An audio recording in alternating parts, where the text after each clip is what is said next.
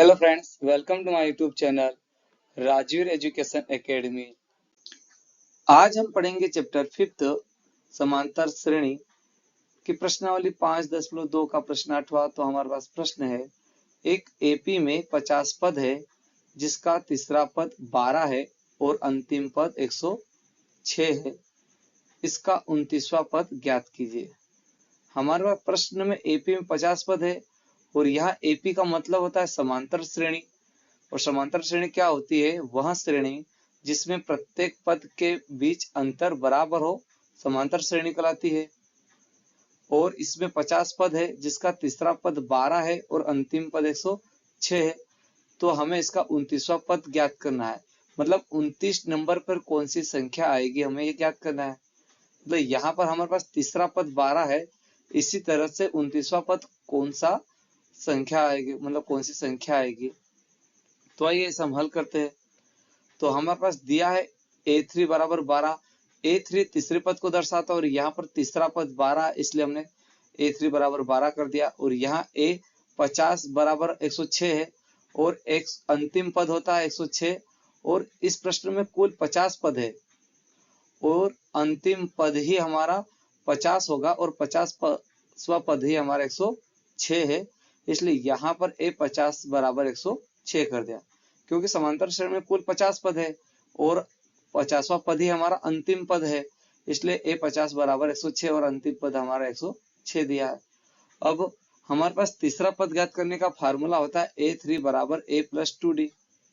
मतलब हमारे पास nवां पद ज्ञात करने का जो मेन फार्मूला है वो हमारा है an बराबर a प्लस ब्रैकेट में n माइनस 1d। यहाँ n का मतलब होता है नंबर ऑफ पद। मतलब हमें यदि तीसरा पद ज्ञात करना है तो यहाँ हम 3 पुट कर देंगे और यहाँ n के प्लेस पे यदि हम 3 रखेंगे तो यहाँ पे भी n के प्लेस पे 3 होगा और 3 माइनस 1 होगा तो अपने आप a प्लस 2d आ जाएगा। इसलिए a तीसरा पद का फार्मूला a प्लस 2d हो गया।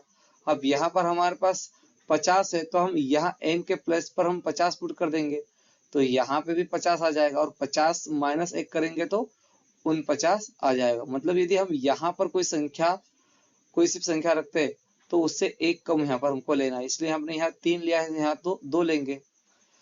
अब यहाँ पर a3 का मान है हमारे पास 12, तो हम यहाँ पर पुट कर देंगे a3 के प्लेस पर रख देंगे 12 प्लस 12 बराबर a प्लस 2d। अब यहाँ पर हम क्रम चेंज कर देंगे, हमारे पास आ जाएगा a प्लस 2d बराबर 12। यहाँ पर हमने इसका क्रम चेंज कर दिया है और इसे हम समीकरण 1 नाम दे देंगे। अब हमारे पास a 50वां पद का फार्मूला है a 50 बराबर a प्लस 49d। हमने यहाँ पर 50 n के प्लेस पर 50 रखा है और माइनस 1 कर दिया तो 49 आ गया और 49d कर दिया। अब a 50वां पद का मान है 106, तो यहाँ पर हम पुट कर देंगे 106 बराबर a प्लस 49d। इसका भी हम क्रम चेंज कर देंगे तो यहाँ आ जाएगा a प्लस 49d बराबर 106। इसे हम समीकरण 2 नाम दे देंगे। तो हमारे पास समीकरण 2 आ गया है a प्लस 49d बराबर 106। अब हमें समांतर श्रेणी का 29वां पद ज्ञात करना है, जिसके लिए हमें प्रथम पद और सार्वंतर पता होना चाहिए। अब हमें सार्वंतर ज्ञात करने के लिए हम क्या करेंगे, समीकरण 2 में से समीकरण को घटा देंगे। तो हमारे पास समीकरण 2 है a प्लस 49d बराबर 106 और समीकरण 1 है a प्लस 2d बराबर 12। और जब भी हम किसी संख्या को घटाते हैं तो उसके अंदर के साइन मतलब बदल जाते हैं। मतलब ये a प्लस का है तो ये माइनस का हो जाएगा, ये 2d भी प्लस का है तो ये भी माइनस हो जाएगा और 12 भी माइनस प्लस का है तो माइनस हो जाएगा। तो यहाँ पर हम साइन बदल देंगे। अब ये a प्लस का है और ये a प्लस माइनस का बन गया है, इसलिए a से a कैंसिल हो जाएगा। अब यहाँ पर 49 प्लस का है 49d और ये 2d माइनस का बन गया है, इसलिए हम 49 में से 2d को घटा देंगे तो हमारे पास 47d आ जाएगा। बराबर में 106 में से हम 12 को माइनस कर देंगे तो हमारे पास 94 आ जाएगा। अब हमें d का मान ज्ञात करना है, इसलिए 47 का पक्षांतर कर देंगे और 47 गुणित में बराबर के इधर आएगा तो भागित में आ जाएगा, तो हमारे पास संख्या आ जाएगी d बराबर 94/47। अब हम 47 से 94 को विभाजित कर देंगे तो 47 से 94 कैंसिल हो जाएगा 2 बार, तो d बराबर आ जाएगा 2। अब हमें हमारे पास डी का मान आ गया है। अब हमें ए मान ज्ञात करना, मतलब प्रथम पद ज्ञात करना है, जिसके लिए हम डी का मान समीकरण 1 में पुट कर देंगे। तो डी का मान समीकरण 1 में रखने पर आप डी का मान समीकरण 1 में भी रख सकते हो और 2 में भी रख सकते हो। हमें बस प्रथम पद ज्ञात करना है। तो हमारे पास प्रथम पद है a प्लस, मतलब समीकरण 1 है a प्लस 2d बराबर 12। अब यहाँ पर हम वैल्यू पुट कर देंगे। हमें a मतलब प्रथम पद ज्ञात करना है, तो a का a कर देंगे, प्लस का प्लस, 2 का 2 कर दिया, और d हमने ज्ञात किया है 2, तो गुणित में 2 कर दिया बराबर 12। अब यहाँ पर 2 गुणित 2 कर देंगे तो हमारे पास संख्या आ जाएगी a प्लस 4 बराबर 12। अब हमें a का मान ज्ञात करना है, इसलिए 4 का पक्षांतर करेंगे और 4 प्लस में बराबर के इधर आएगा तो माइनस में आ जाएगा, तो हमारे पास a बराबर आ जाएगा 12 माइनस 4। अब यहाँ हम 12 माइनस 4 कर देंगे तो हमारे पास a बराबर आ जाएगा 8, और ये हमारा प्रथम पद होगा। तो हम लिख देंगे अतः प्रथम पद a बराबर 8 और सार्वंतर d बराबर 2। अब हमें समांतर श्रेणी का 29वां पद ज्ञात करना है, तो हम लिख देंगे एपी के 29वें पद के लिए।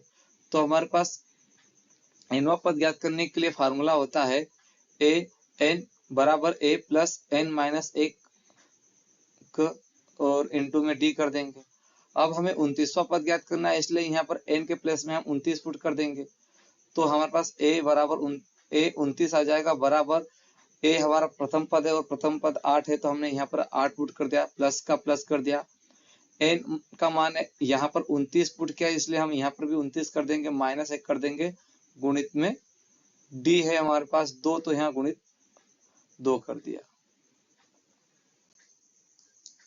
अब यहाँ पर हम 29 माइनस 1 कर देंगे तो हमारे पास 28 आ जाएगा, तो हमारी संख्या आ जाएगी a 29 बराबर 8 का 8 कर दिया, प्लस का प्लस, और 29 में से माइनस 1 किया तो 28 और गुणित में 2। अब 28 गुणित 2 करेंगे तो हमारे पास संख्या आ जाएगी a 29 का 29 कर दिया, बराबर का बराबर 8 का 8, प्लस 28 गुणित 2 करेंगे तो 28 दूनी 56, तो हमारे पास 56 आ गया, और 8 प्लस 56 करेंगे तो a 29 आ जाएगा बराबर 64, और ये हमारा 29वां पद समांतर श्रेणी का 64 है। तो हम लिख देंगे कि अतः एपी मतलब समांतर श्रेणी का 29वां पद 64 है, ये हमारा आंसर हो गया। आई होप कि यह वीडियो आपको पसंद आया होगा। यदि मेरा यह वीडियो आपको पसंद आया हो तो प्लीज मेरे वीडियो को लाइक करें, सब्सक्राइब करें और शेयर करें। धन्यवाद।